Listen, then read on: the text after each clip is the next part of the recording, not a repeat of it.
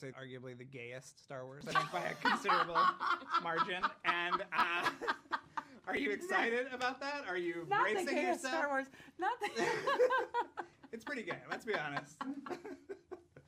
Leslie, how do you feel? Am I gay? Yes. Well, no, I know you are gay, but I'm asking, are you excited about putting this, this is going to be a talking point.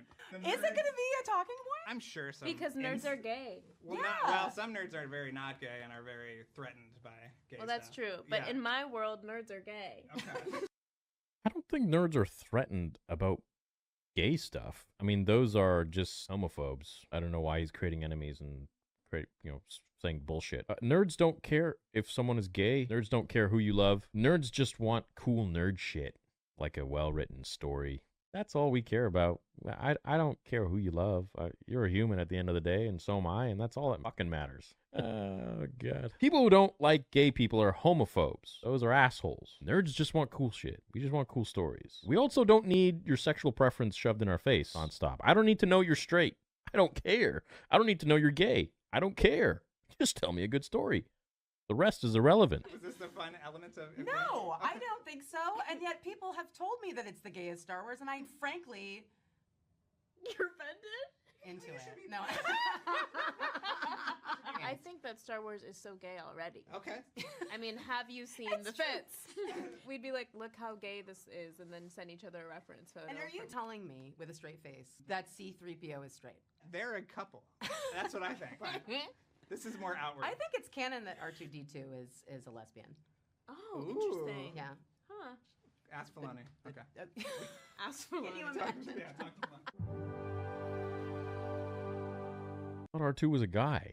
There goes all my canon knowledge. God, when did they drop this nugget of info? I just don't think it matters. I really don't. Am I wrong for saying that? Am I wrong for saying that someone's sexual preference doesn't... I don't care if you're straight, I don't care if you're gay, like, just tell me a good story? The losers crying in the chat because they don't like women and black people in the show is a bad look for Star Wars, and that's why the media call us bigoted. It's not a bad look for Star Wars. That's just people in power at Star Wars trying to take advantage of a few bad apples who are racists and bigots and homophobes. And they want to take that brush of, like, what? Not even 1% of Star Wars fans. And they want to say, oh, you know what? Let's just brush all... there's over 1 billion Star Wars... This is a consensus.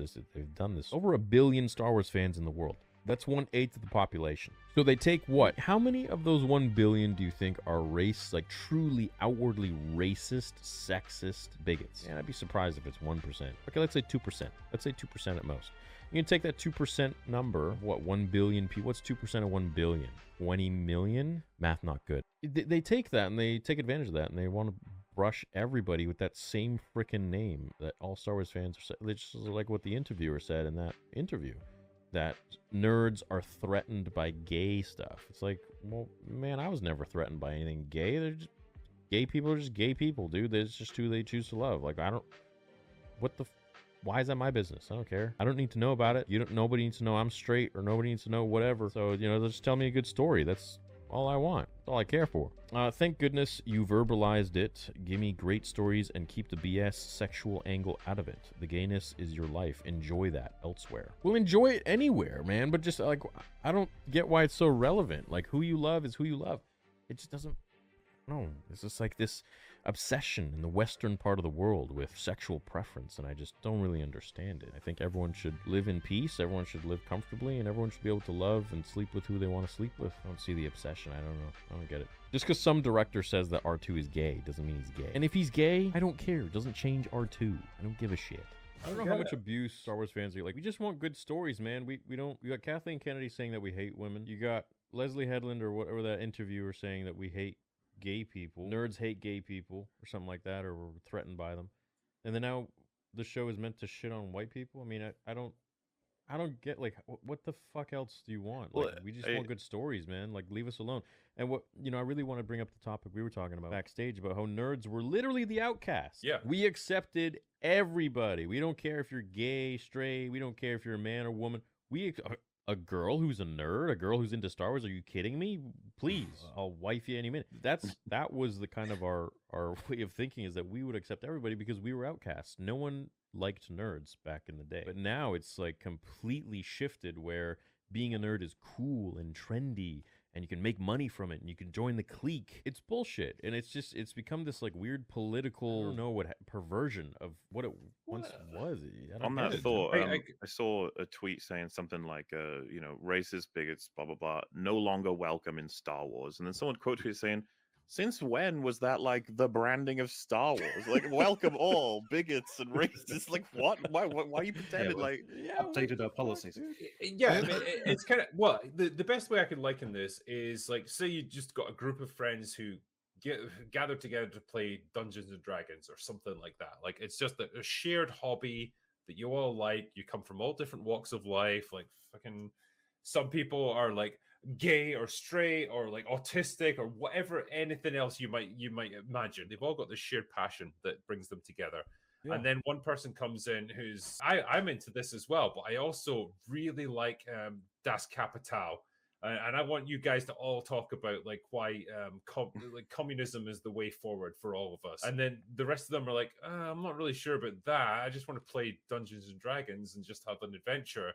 And then they say, well, why are you such a bigot? Why do you hate change? Why can't you accept people for who they are? That's the same analogy that we've got here, where it's like you're trying to bring all of your political baggage in. You're trying to bring all of your hang-ups and your social political ideas into just a nerddom that was just passionate about a fan base for something. That's all they cared about. And you've tried to make it into something else. And when people pushed back against you, you've just hit them with every slur under the book because that allows you to browbeat them into submission. Yeah, that's like what every fan base has become now.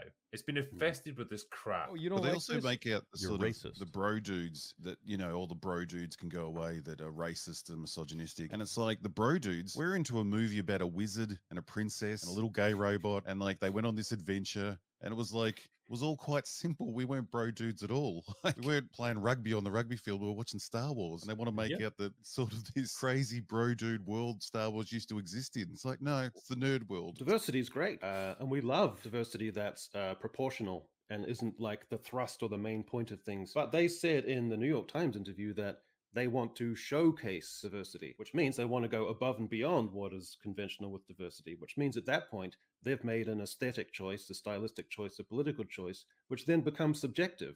And it's entirely okay for reasonable people everywhere to say, I'm just not particularly into that.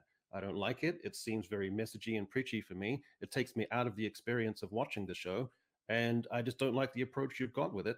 And that's entirely reasonable. But they want to think of it in grandiose terms. It must therefore mean that you're bigoted or that you're morbid or you're reactionary in some way. And it's just not that at all. It's just not that into it. Such an interesting choice of words as well. Showcase diversity. It's like literally say, like, showing people a concept car or something and saying like, hey, we got diversity here. Aren't you impressed? Look at it. Look at the diversity that we made. Aren't we amazing? It's like, no, if you were smart, it would just be a natural part of what you've created. It's a natural part of the story, and no one would need to make a big deal out of it. No one would even notice it. It's just there. That's how you actually like influence people. But when you make it into this thing, this battleground that you have to fight over, that's when you turn people against the very cause that you claim to uphold. There's a great, in fact, I can show you here. There's a great interview that's been doing the rounds on Twitter recently that really just like sums up everything about the Acolyte. I'm going to ask you both because this is, I would say, arguably the gayest Star Wars, I think, by a considerable margin. And are you excited about that? Are you bracing the gayest yourself? Star Wars. Not the. It's pretty gay. Let's be honest. Leslie, how do you feel? Am I gay? Yes. Well, no, I know you are gay, but I'm asking, are you excited about putting this, this is going to be a talking point. Is it going to be a talking point? Nerds are gay. Well, some nerds are very not gay and are very threatened by gay Well, that's stuff. true. Why do they always say threatened? What? I'm so threatened those gays are going to come in the window and get me. They're like jump scares. What's it? I don't know, man. Every gay person I've met's been extremely like sweet and kind. I haven't had any threatened emotions towards them. Well, there's a lot to be said for framing, right? How do you choose to frame your position on a certain subject, right? And if you frame it as adversarial, I'm a gay fan of Star Wars. Are you threatened by me? Are you frightened of me? Does it bother you that I'm gay? Like the average person wouldn't even react to that. they would just like, if you said I'm a gay Star Wars fan, I'm like, okay, cool, let's talk about Star Wars then. Yeah. Like the fact that you're gay doesn't even factor into it. I don't care who you love. But if who you like, choose to shit. make that your battleground, why? What do you hope to gain from that? You're going to turn away the people that you hope to win over. To The your fact point that we've of view. circled back Well, to them it's- pretending that gay's a problem. Like the 80s and 90s took care of all of that. Like no one gives a shit. Like No. or even, you know, it's but they just keep pretending that we care. No one cares. Judge you as a person, you know? It's like me saying like I'm a straight Star Wars fan. All right. Wow. Okay. Nice. Hang on. Who cares? All right, calm And you're down looking there, pretty you white bigot. there. You are the enemy. Well, and I mean, we, you know, across this stream, even we've been talking about how we would have preferred bigger and better character work. We would have preferred, fucking, I don't know what's going on outside. We would prefer a plot line that made a hell of a lot more sense, followed a lot more cause and effect, gave us a lot more of the world, followed what we understood to be the fucking world, instead of just being like, we're telling our own story. It's like nothing to do with, you know, I needed to know who Carrie Ann Moss was fucking. That's what needed to make. That's what would have made the story better. It's unfortunate we didn't get that. You know, oh well. I guess what I'm saying is like it would be neat if they could try that at some point, really fleshing out. Because how many shows have we gotten now where they've either fucked up the characters that existed already or provided us planks that we can't do anything Well, with? I think as Gary said, like if you play activist games, then you win activist prizes. Like if you hire a lesbian feminist activist as your showrunner, you're going to get a lesbian activist show ultimately.